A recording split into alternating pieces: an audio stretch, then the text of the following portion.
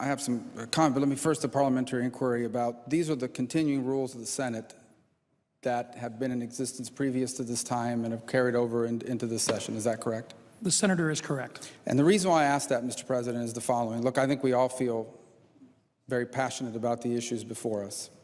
I have not been here as long as Senator Leahy, whose service here is quite distinguished in a long period of time, and I truly do understand the passions people bring to this body. I like to think that I too am passionate about the issues before us, and I think this is an important moment. It's late. I doubt very many people are paying attention. I wish they would, though, because I think what's at question here is perhaps one of the very reasons why I ran for this body to begin with.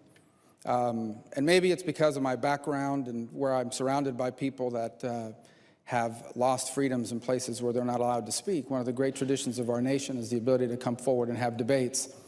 But the founders and the framers and those who established this institution and guided it for over 2 centuries understood that that debate was impossible if, in fact, the matters became of a personal nature. And let me begin by saying that I don't believe that that was necessarily the intention here, although that was perhaps the way it turned out. But I think it's important for us to understand why that matters so much. I want people to think about our politics here today in America, because I'm telling you guys, I don't know of a single nation in the history of the world that's been able to solve its problems when half the people in a country absolutely hate the other half people in that country. This is the most important country in the world. And this body cannot function if people are offending one another, and that's why those rules are in place. I was not here when Secretary Clinton was nominated as a member of this body at the time, but I can tell you that I am just barely old enough to know that some very nasty things have been written and said about Secretary Clinton. And I think the Senate should be very proud that during her nomination to be Secretary of State, despite the fact that I imagine many people were not excited about the fact that she would be Secretary of State, to my recollection, and perhaps I'm incorrect, not a single one of those horrible things that have been written or said about her, some of which actually did accuse her of wrongdoing, were ever uttered on the floor of the Senate. I happen to remember in 2004, when then Senator Kerry ran for president, some pretty strong things were written and said about him. I was here for that vote when he was nominated and confirmed to be Secretary of State, and I don't recall a single statement being written into the record about the things that had been said about him. And I want everybody to understand at the end of the night, this is not a partisan issue. It really is not.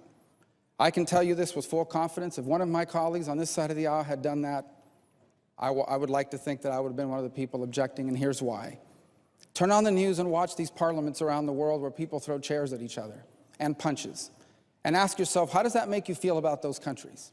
Doesn't give you a lot of confidence about those countries. Now, I'm not arguing that we're anywhere near that here tonight, but we're flirting with it.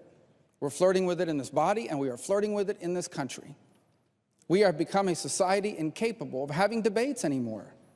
In this country, if you watch the big policy debates that are going on in America, no one ever stops to say, I think you're wrong, I understand your point of view, I get it, you have some valid points, but let me tell you why I think my view is better. I don't hear that anymore. Here's what I hear almost automatically, and let me be fair, from both sides of these debates. Immediately, as soon as you offer an idea, the other side jumps and says, the reason why you say that is because you don't care about poor people, because you only care about rich people, because you're this or you're that or you're the other. And I'm just telling you guys, we are reaching a point in this republic where we're not going to be able to solve the simplest of issues because everyone is putting themselves in a corner where everyone hates everybody.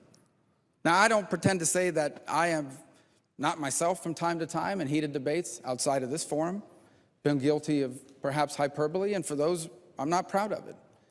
But I got to tell you, I think what's at stake here tonight and as we debate moving forward is not simply some rule, but the ability of the most important nation on earth to debate in a productive and respectful way the pressing issues before us. And I just hope we understand that because I have tremendous respect for the other chamber, and I understand that it was designed to be different. But one of the reasons why I chose to run for the Senate, and quite frankly to run for re-election, is because I believe that I serve with 99 other men and women who deeply love their country, who have different points of view, who represent men and women who have different views from the men and women that I may represent on a given issue, and who are here to advocate for their points of view, and never impugning their motives. One of the things I take great pride in, and I tell this to people all the time, is the one thing you learn about the Senate is whether you agree with them or not, you understand why every single one of those other 99 people are here. because they're intelligent people, they're smart people, they're hardworking people, they believe in what they're saying, and they articulate it in a very passionate and effective way. And I understand when I see my colleagues stand up and say something I don't agree with, I try to tell myself, look, I don't understand why they stand for that, but I know why they're doing it, because they represent people who believe that. And I am so grateful that God has allowed me to be born and to live and to raise my family in a nation where people with such different points of view are able to debate those things in a way that doesn't lead to war, that doesn't lead to overthrows, that doesn't lead to violence. And you may take that for granted. I'm telling you that right now, all around the world tonight, there are people that if they stood up here and said the things that we say about the president or others in authority, you go to jail. And I'm not saying that's where we're headed as a nation. I'm just saying don't ever take that for granted. And the linchpin of that is this institution. The linchpin of that debate is the ability of this institution, through unlimited debate and the decorum necessary for that debate, to be able to conduct itself in that manner. And so I know that tonight was probably a made-for-TV moment for some people.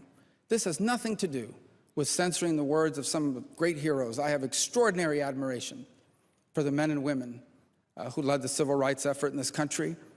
And I am self-conscious enough or understanding to know that many of the things that have been possible for so many people in this country in the 21st century were made possible by the sacrifices and the work of those in that movement that came before us. This has to do with a fundamental reality, and that is that this body cannot carry out its work if it is not able to conduct debates in a way that is respectful of one another, especially those of us who are in this chamber together. And I also understand this, that if the Senate ceases to work, if we reach a point where this institution, given everything else that's going on in politics today, where you are basically allowed to say just about anything, for I have seen over the last year and a half things said about people, about issues, about institutions in our republic that I never thought I would see, ever. Ever. If we lose this body's ability to conduct debate in a dignified manner, and I mean this with no disrespect towards anyone else, I don't believe anyone came on this floor here tonight saying I'm going to be disrespectful on purpose and turn this into a circus. But I'm just telling you that if this body loses the ability to have those sorts of debate, then where in this country is that going to happen? What other forum in this nation is that going to be possible? And so I would just hope everybody would stop and think about that. I know I've only been here 6 years, so I don't have a deep reservoir of Senate history to rely on. But I know this: if this body isn't capable of having those debates, there will be no place in this country where those debates can occur. And I think every single one of us, to our great shame, will live to regret it.